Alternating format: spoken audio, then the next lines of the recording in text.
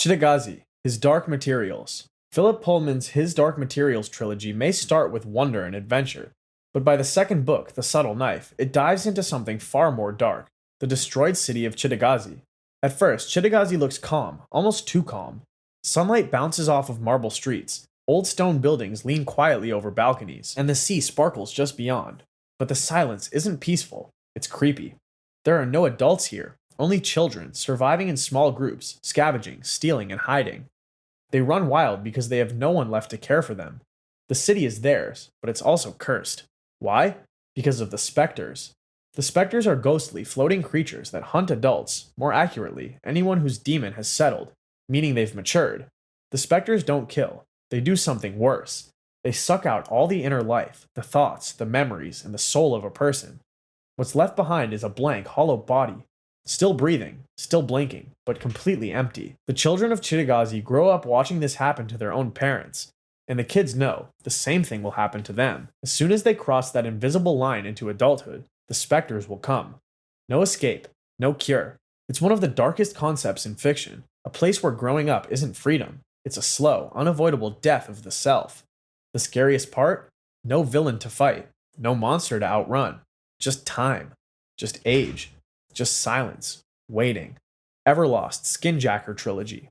There's Bleak, and then there's Neil Shusterman's Bleak. In his world of Everlost, when a child dies but doesn't fully move on, their soul gets trapped in a shadow realm. They wake up not in heaven or any kind of peace, but in a strange limbo that looks like Earth, but only from the places where people have died. A collapsed building, a wrecked ship, a stretch of road where a crash took lives. These are the only safe spots. Everything else? Just empty space. Step outside a dead spot and you begin to sink. Slowly, endlessly, until you're swallowed by the center of the earth, never to return. This isn't some dreamy afterlife. It's a cold graveyard stitched together by tragedy. And the kids trapped here? They don't age. They don't sleep. They just exist. Forever. But it gets darker. In Everlost are creatures that feed on souls, monsters that prey on the helpless, dragging them deeper into the dark. And it doesn't stop there. Some of these trapped souls have found a way to cross back into the living world by possessing the bodies of the living. And sometimes they don't leave. Sometimes they kill, just to make more Everlost children like themselves.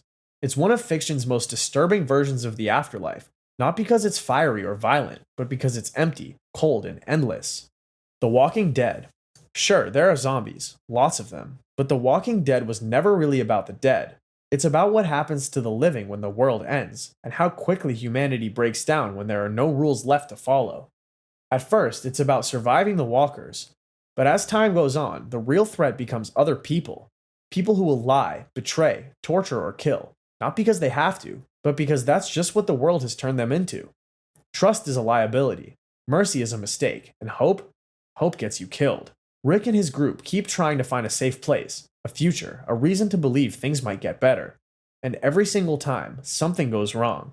A sanctuary turns out to be a trap, a leader becomes a tyrant, a friend doesn't make it. By the time it ends, you're not even sure who the good guys are anymore. That's what makes The Walking Dead one of fiction's darkest universes. Not the blood, not the horror, but the slow, brutal realization that the real apocalypse was what it did to everyone still breathing. Danganronpa. At first glance, it feels like a murder mystery set in a high school, but Danganronpa is way more violent than that. A group of elite students wake up trapped inside a school with no way out. Their only chance at freedom?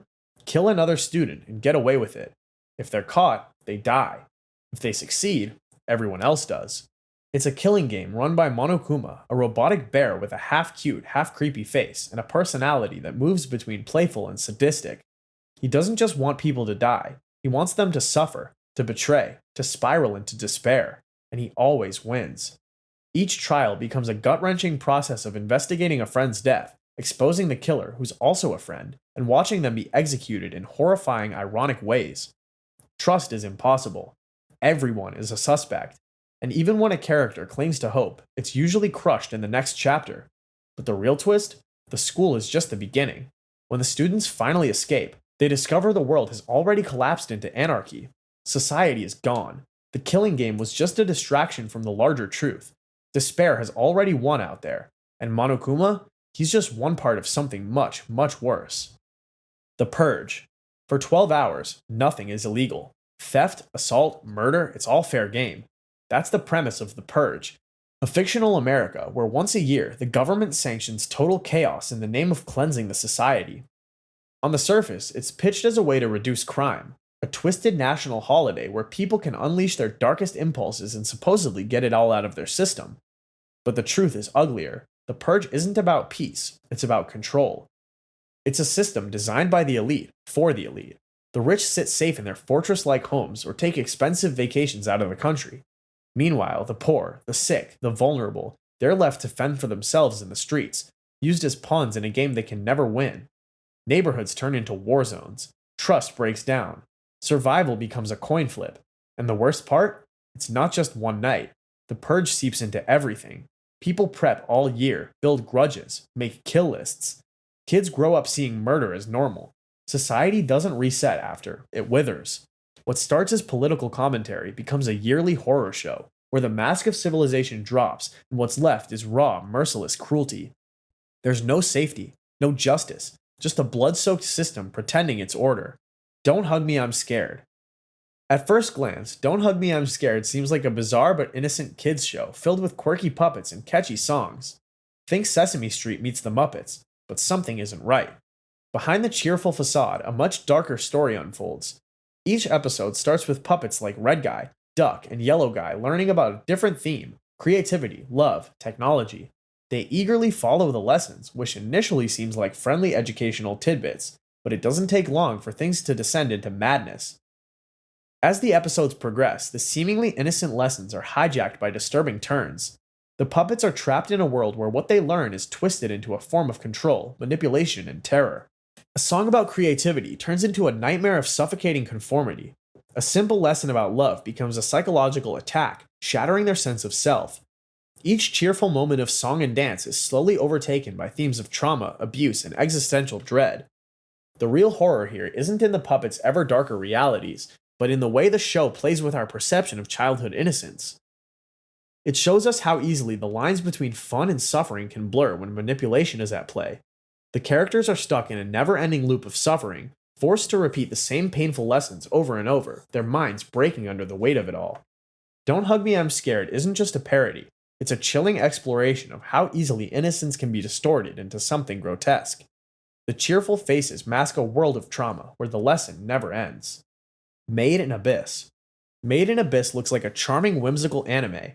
The colorful, almost childlike art style and the adventurous premise exploring a mysterious, vast abyss gives off the impression of a lighthearted journey into the unknown. But the deeper you go into this world, the more you realize that nothing is as innocent as it seems. The story follows Reiko, a young girl determined to uncover the secrets of the abyss, a gigantic, treacherous hole in the earth filled with strange creatures and treasures. Accompanied by a robot boy named Reg, she descends deeper and deeper, facing dangers and dark wonders at every turn.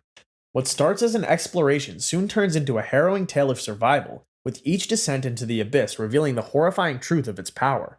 As Reiko and other explorers venture deeper, they face not just physical dangers, but grotesque body horror, psychological torment, and an overwhelming sense of isolation. The abyss warps both their bodies and minds, leaving irreversible trauma in its wake. It's a world where no one is ever the same after they've entered, and the consequences of exploring its depths are unforgiving. Children, especially, are put through unimaginable horrors. The deeper they go, the worse the effects become. It's a constant reminder of the brutal reality hidden beneath the surface of the seemingly innocent world, where curiosity can lead to a fate far darker than anyone could have imagined. Spec Ops The Line. At first glance, Spec Ops The Line looks like any other military shooter. You're in command, sent on a mission to rescue survivors, and you've got all the firepower you need. But as you go deeper into the heart of Dubai, the game pulls the rug out from under you, revealing that you're not the hero you thought you were. The story centers around Captain Martin Walker, who leads a squad into a devastated Dubai after a disaster turns the city into a war zone. What starts as a typical rescue mission slowly turns into chaos and moral decay, as Walker's choices become increasingly questionable. The deeper you go, the more it becomes clear the line between right and wrong is blurred, and you're no longer just fighting enemies, you're fighting your own mind. As the mission unfolds, so does Walker's sanity. The game confronts you with difficult choices, each more horrifying than the last, and with every decision, your morality erodes further. It's not about shooting enemies, it's about confronting the consequences of your actions. The game asks whether the violence you commit is justified, and by the time the truth is revealed, you're left questioning whether you've been the villain all along. It's a brutal commentary on the dehumanization effects of war, framed within a military shooter. The game is dark and unsettling, and in the end, the true horror is how easily morality can break under the weight of violence.